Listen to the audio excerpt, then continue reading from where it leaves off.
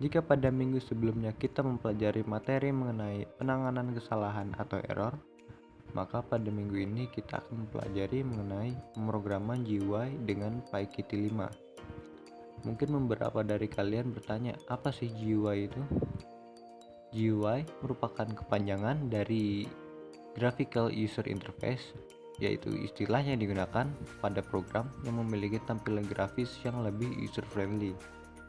Nah, untuk pembahasan lebih lanjut akan saya jelaskan sebagai berikut.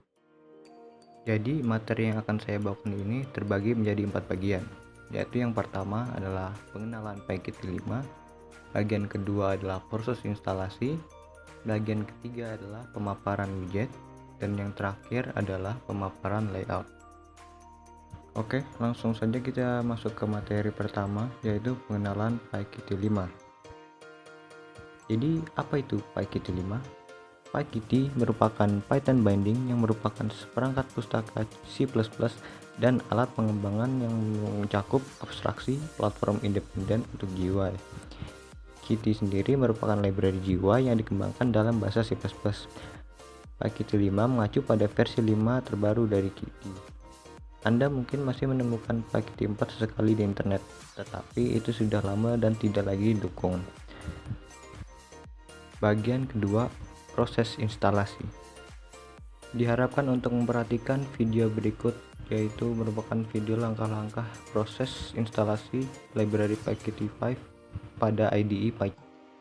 Jadi langkah pertama dalam proses penginstalan library PyKitty 5 adalah yang pertama kita buka dulu PyCharm-nya.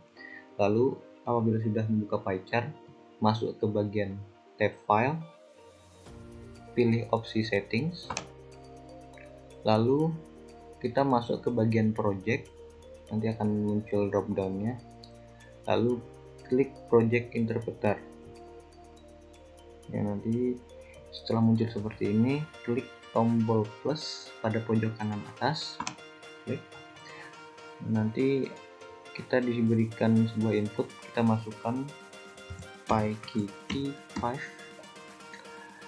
Setelah itu nanti akan banyak sekali pilihan seperti ini, lalu pilih PyKitty 5 aja yang paling atas ini, lalu klik install package, lalu tunggu saja proses pengunduhannya. Setelah mengunduh dia akan langsung lanjut ke proses install, ya jangan diapa-apain dulu.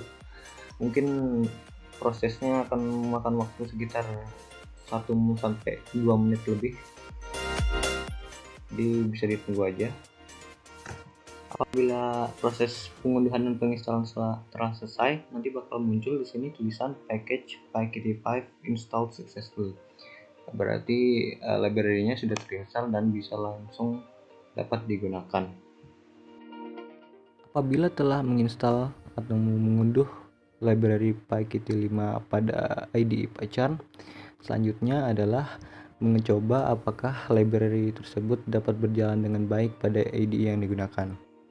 Jadi yang ada di tampilan layar saat ini adalah sebuah contoh kode untuk menggunakan library PyKitty 5, yaitu pada baris pertama kita mengimport modul sys dulu, lalu pada baris kedua kita mengimport semua objek dari PyKitty 5.kittywidgets, lalu kita membuat sebuah variabel app dengan nilai QApplication yang dijalankan atau dipanggil, terus parameternya sebuah list kosong, terus kita buat lagi sebuah variabel dari fungsi QMainWindow yang dipanggil, parameternya kosong, lalu kita memanggil sebuah fungsi dari objek win, jadi panggil win.setWindowTitle, lalu parameter pertama yaitu sebuah string,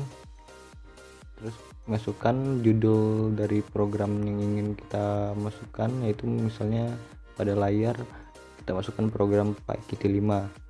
Lalu baris selanjutnya kita memanggil fungsi untuk mengubah ukuran layar atau ukuran window yang akan kita buat pada programnya. Kita panggil win.setFixSize pada parameter pertamanya yaitu ukuran horizontal dari jendela program, Lalu pada parameter kedua yaitu ukuran vertikal dari window program, jendela programnya. Lalu untuk baris selanjutnya kita akan memasukkan sebuah label. Labelnya ini kita menggunakan komponen QLabel. Kita panggil QLabelnya, lalu pada parameter pertamanya itu kita masukkan string dengan nilai hello world.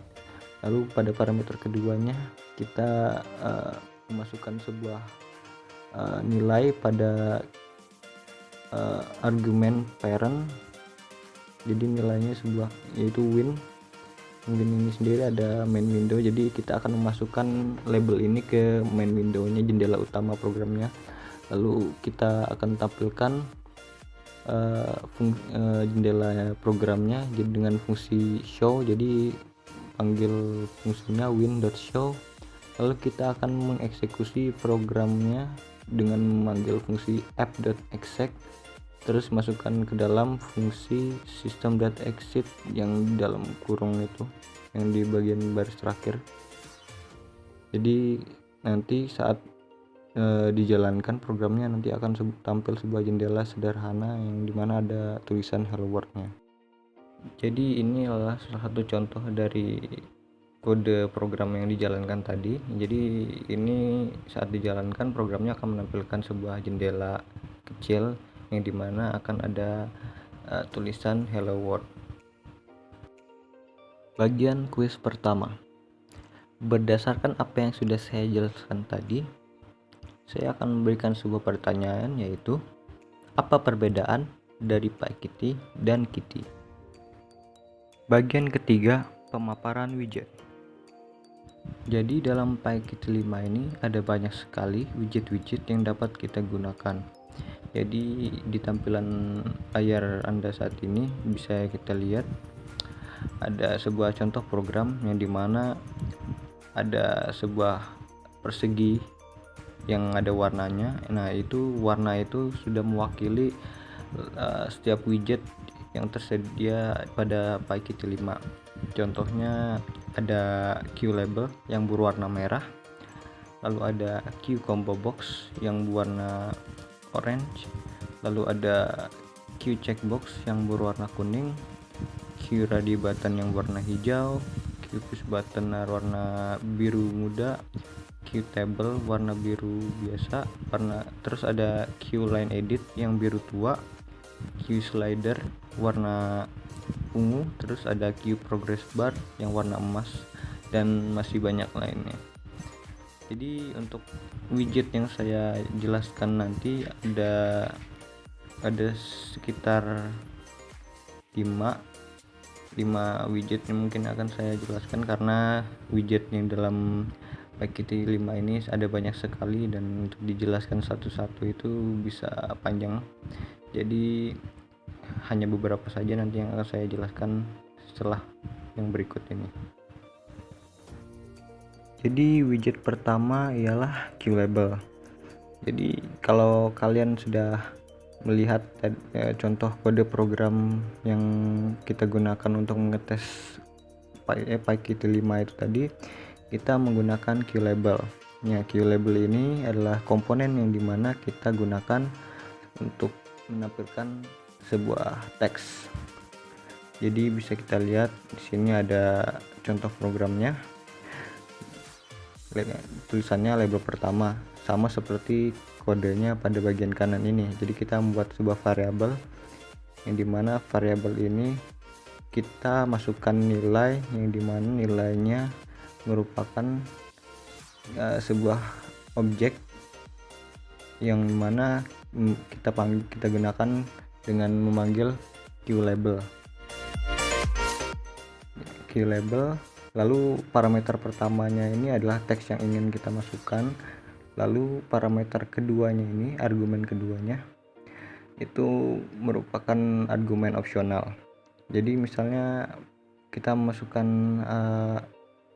argumennya dengan nama parent lalu dengan nilai win. Jadi win itu merupakan sebuah variabel yang kita asumsikan saja sebagai main window-nya.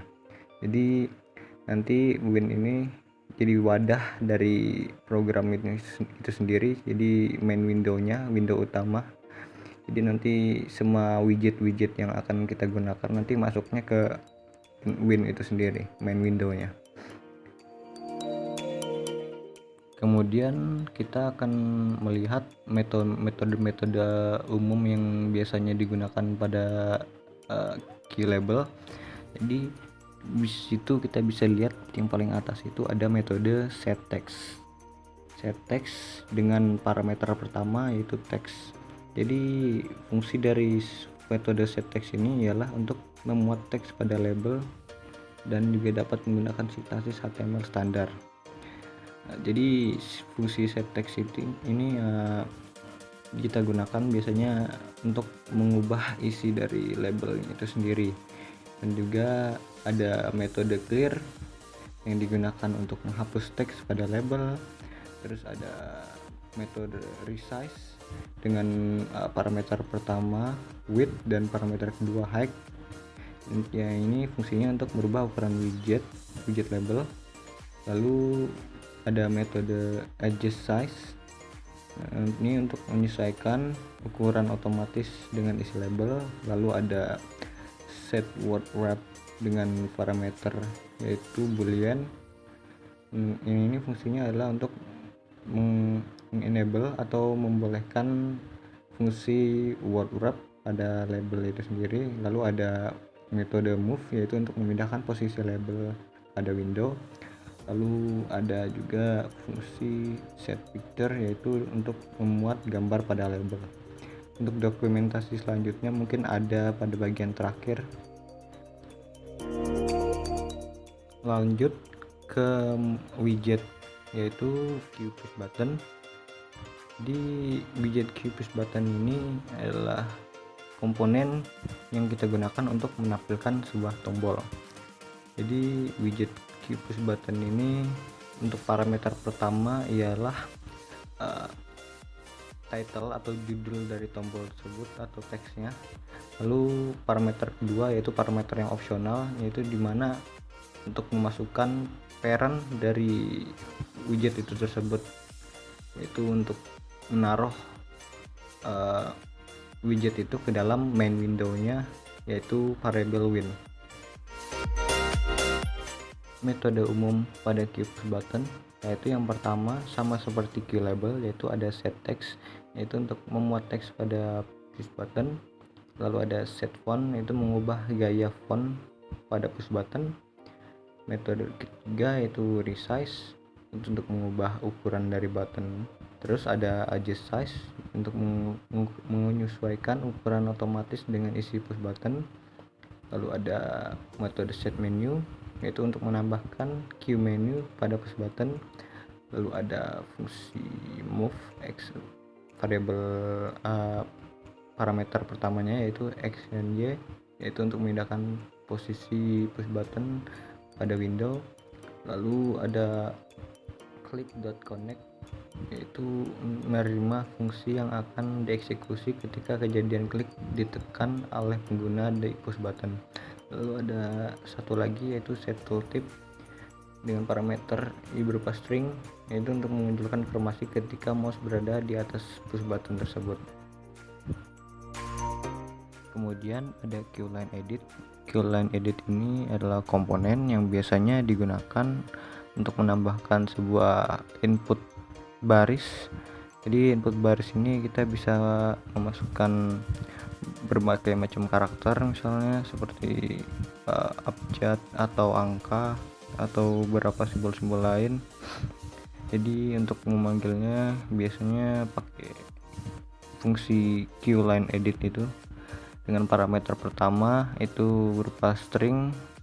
Itu misalnya kita masukkan isi teks, nanti saat dijalankan maka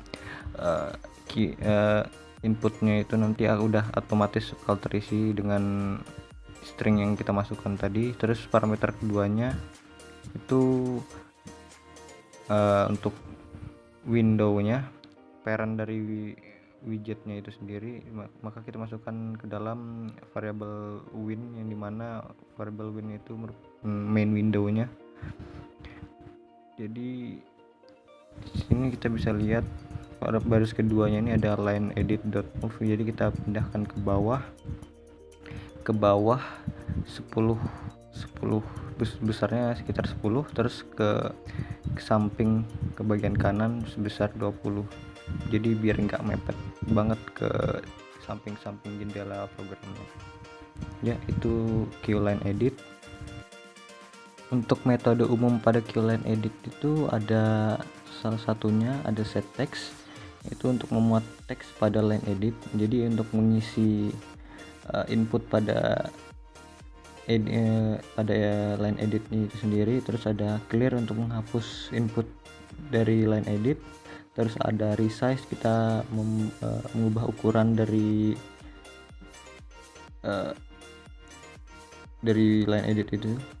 Jadi parameter pertama tuh lebar, terus parameter kedua tuh tingginya. Terus ada adjust size, dimana kita bisa menyesuaikan ukuran secara otomatis untuk line editnya. Terus set read only true, jadi dengan memasukkan nilai true dengan false nya pada parameter pertama fungsi set read only ini, maka line editnya bakalan tidak bisa diubah nilainya. Lalu ada move untuk mengubah posisi widgetnya. Terus ada return press.connect, jadi return press.connect ini akan menerima fungsi yang akan dieksekusi ketika kejadian enter ditekan untuk menggunakan di line edit. Terus ada set clear button enabled, jadi untuk menambahkan tombol clear di line edit. Jadi saat kita ingin menghapus semua inputan pada line edit, maka cuman butuh klik tombol clear pada bagian pojok kanannya. Lanjut ke QMenu. Jadi QMenu ini adalah sebuah widget yang bisa kita tambahkan ke sebuah tombol. Jadi di QMenu ini kita bisa menambahkan sebuah action yang diikutin dengan fungsi yang kita ingin bindkan, kita sambungkan dengan setiap opsi dari menu itu sendiri. Jadi kita bisa dilihat di contoh program di samping ini ada sebuah tombol yang dimana jika kita klik maka akan muncul sebuah drop down. Kita bisa dilihat di situ ada dua menu, yang dimana menu pertama adalah merah, yang di bawah adalah menu hijau. Nah, terus kita lihat di kode bagian kanannya ini, yang pertama kita buat sebuah tombol dahulu dengan nama variabelnya tombol, terus push button. Lalu kita di baris kedua kita ubah posisi push buttonnya, itu tombolnya. Lalu di baris kemudiannya kita buat fungsi warna merah. Terus di fungsi ini kita bakal menjalankan fungsi print dengan string warna terpilih merah. Terus kita buat lagi fungsi satunya yang untuk warna hijau dengan nama warna hijau, dengan menjalankan fungsi print warna terpilih hijau di dalam string. Lalu kita buat variabel menu dengan menjalankan QMenu. Kita memanggil fungsi QMenu-nya, terus kita memanggil fungsi add action dari objek menu dengan parameter pertama merah, terus parameter keduanya nama fungsinya, terus kita menambahkan lagi menunya dengan memanggil menu.addAction. Pada parameter pertamanya kita masukkan hijau, terus pada parameter keduanya kita masukkan nama fungsi untuk warna hijaunya, terus kita masukkan menu itu ke dalam tombolnya dengan memanggil tombol.setMenu dalam kurung menu untuk parameter pertamanya. Jadi kita sudah memasukkan menunya ke button. Jadi apabila kita tekan tombol pada program kita yang sudah kita masukkan dengan QMenu, maka akan muncul drop down seperti gambar di samping. Lalu ada widget QFont. Untuk penggunaan QFont ini sendiri, langkah pertama yang harus dilakukan adalah mengimport seluruh komponen yang ada di Qt GUI. Jadi di baris pertama kode ini bisa dilihat di bagian kanan ini, baris pertamanya kita masukkan from spasi pyqt5 dot qtgui spasi import spasi bintang. Nah, dengan begitu semua komponen yang ada pada Qt GUI kita bisa gunakan. Lalu untuk penggunaannya kita perlu memasukkan variabel, lalu kita memanggil fungsi keyfontnya ini. Jadi kita bisa lihat kita buat variabel font baru sama dengan keyfont, lalu kita buat fontnya ini bold dengan memanggil fungsi set bold, terus parameter pertamanya itu true. Jadi nanti font yang kita buat bakal jadi bold. Terus contohnya kita pengen buat fontnya memiliki garis bawah, kita bisa memanggil fungsi set underline dengan parameter pertama true. Jadi nanti bold fontnya bakal menjadi memiliki underline. Lalu kita menggunakan font yang udah kita buat ke sebuah widget, misalnya widget tombol tadi yang sudah kita buat. Jadi kita panggil fungsi set font pada variabel tombolnya, tombol.setFont, lalu masukkan variabel fontnya font baru. Nah, ketika kita lihat bagian kiri ini contoh programnya, maka jenis font yang kita pilih bakal berwarna bukan memiliki warna ya, tapi bakal menjadi tebal dan juga memiliki garis bawah. Bagian kuis kedua. Nah, kita sudah belajar berbagai macam bentuk widget-widget yang ada pada API Qt5. Nah, sekarang kita akan menjawab sebuah pertanyaan. Ini pertanyaannya adalah apa nama widget pada PyQt5 yang digunakan untuk membuat input baris. Selanjutnya bagian keempat, pemaparan layout. Jadi layout pada PyQt5 adalah wadah yang elegan dan fleksibel untuk mengatur widget secara otomatis. Setiap widget yang memberikan ukuran sesuai persyaratan layout melalui properti size scene dan size policy. Layout mendistribusikan ruang yang tersedia untuk widget. Jenis-jenis layout yang terdapat pada PyQt5 itu sendiri ada banyak, tapi yang paling sering digunakan pada umumnya ada dua, yaitu Key VBox layout dan Key Hbox layout. Apa bedanya?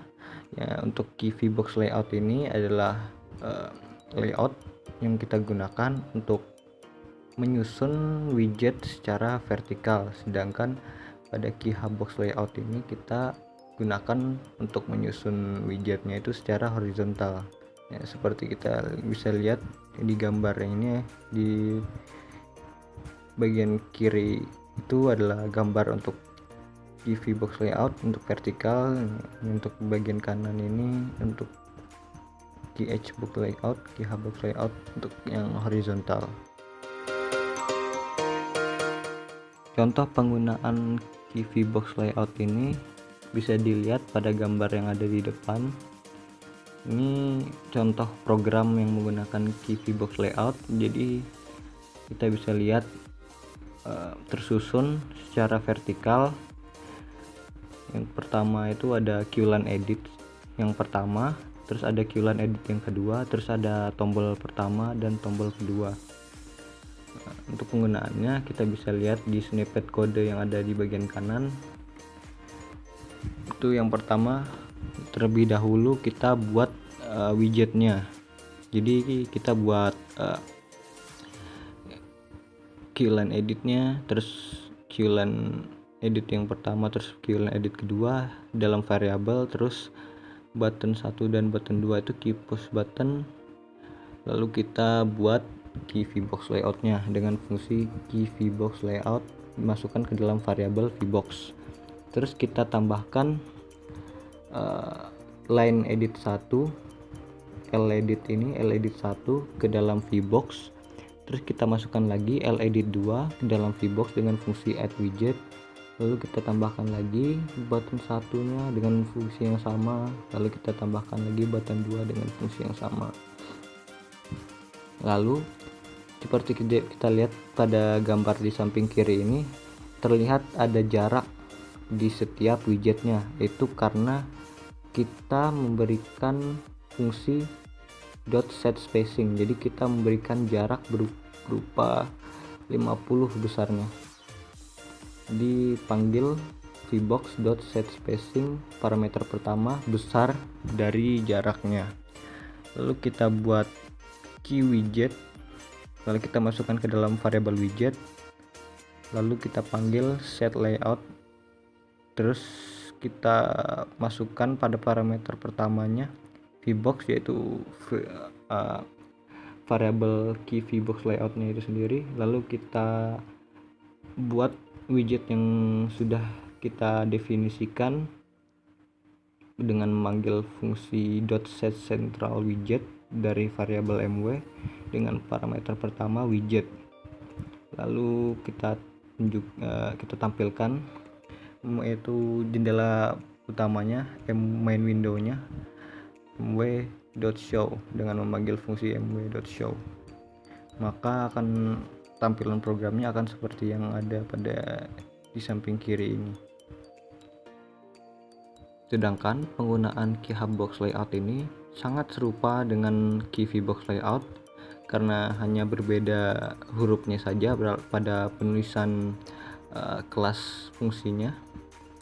Jadi dengan cara yang hampir sama, kita cuma ubah saja fungsinya, terus kita bisa lihat seperti gambar di samping bakal tersusun secara horizontal.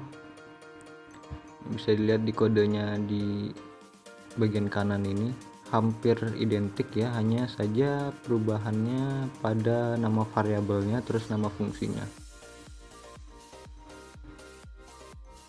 Pada layout itu sendiri, kita tidak hanya bisa menambahkan sebuah widget, tapi juga kita bisa menambahkan layout. Pada intinya layout dalam layout. Nah, kita bisa lihat pada program di bagian kiri ini ada berbagai macam widget. Kita bisa lihat di situ seolah-olah ada dua baris. Yang baris pertama itu ada 4 widget dan dari baris kedua ada 3 widget. Nah, pada umumnya program ini hanya memiliki satu layout, yaitu layout vertikal. Namun di dalam layout vertikal ini ada 2 layout lagi, yang dimana layout itu merupakan layout horizontal, yaitu key edge box layout. Di layout pertama yaitu ada Q-line edit, terus yang kedua ada Q-line edit, terus ada Q push button, terus ada Q push button. Untuk Q edge box layout yang kedua, kita bisa lihat ada Q push button, ada Q push button lagi, terus ada Q push button lagi. Jadi ada 3 Q push buttonnya di dalam layout horizontal kedua. Nah, kita bisa lihat di kodenya. Kita fokuskan dulu ke layout horizontal yang pertama. Jadi kita bisa lihat hbox 1, hbox 1, di hbox layout, terus kita di baris keduanya menambahkan widget ke dalam hbox 1. Jadi widget Q-line edit bisa kita lihat, soalnya kalau kita lihat di bagian programnya sini, dia memasukkan Q-line edit terlebih dahulu, lalu Q-line edit lagi, terus Q push button, lalu Q push button lagi. Kita bisa lihat masukkan misalkan line edit 1, terus line edit 2, terus masukkan button 1, terus button 2. Lalu kita tambahkan spacingnya dengan memanggil .set spacing pada hbox 1 dengan sebesar 50. Lanjut untuk horizontal keduanya, hbox 2 qhbox layout, terus kita menambahkan qpush button, terus kita tambah lagi qpush button, terus kita tambah lagi qpush button. Jadi ada 3 sekarang. Lalu kita set alignmentnya menjadi center. Jadi untuk mengatur alignment pada layout itu sendiri, kita menggunakan fungsi .set alignment dengan parameter pertama yaitu kitty core.kitty.align center. Terus kita buat layout vertikalnya, terus kita tambahkan yang horizontal tadi, hbox 1 ke dalam vbox vertical box. Hbox 1 masukkan ke dalam vbox, terus kita masukkan lagi hbox 2 ke dalam vbox. Jadi di dalam layout vertikal itu tadi ada 2 sudah layout horizontalnya, layout qhbox layout, terus kita masukkan ke dalam widget vbox-nya itu sendiri, lalu kita show, maka akan muncul programnya seperti yang pada gambar di kiri ini. Lanjut ke bagian kuis ketiga. Untuk pertanyaan yang ini, metode apa yang perlu dipanggil saat ingin memberikan jarak pada setiap widget? Untuk dokumentasi dan referensinya lebih lanjut, bisa masuk ke link yang di bawah ini. Sekian dulu materi untuk minggu ke-11. Jika ada salah kata, mohon dimaafkan. Saya Adi Adam Sultan pamit undur diri. Wassalamualaikum warahmatullahi wabarakatuh.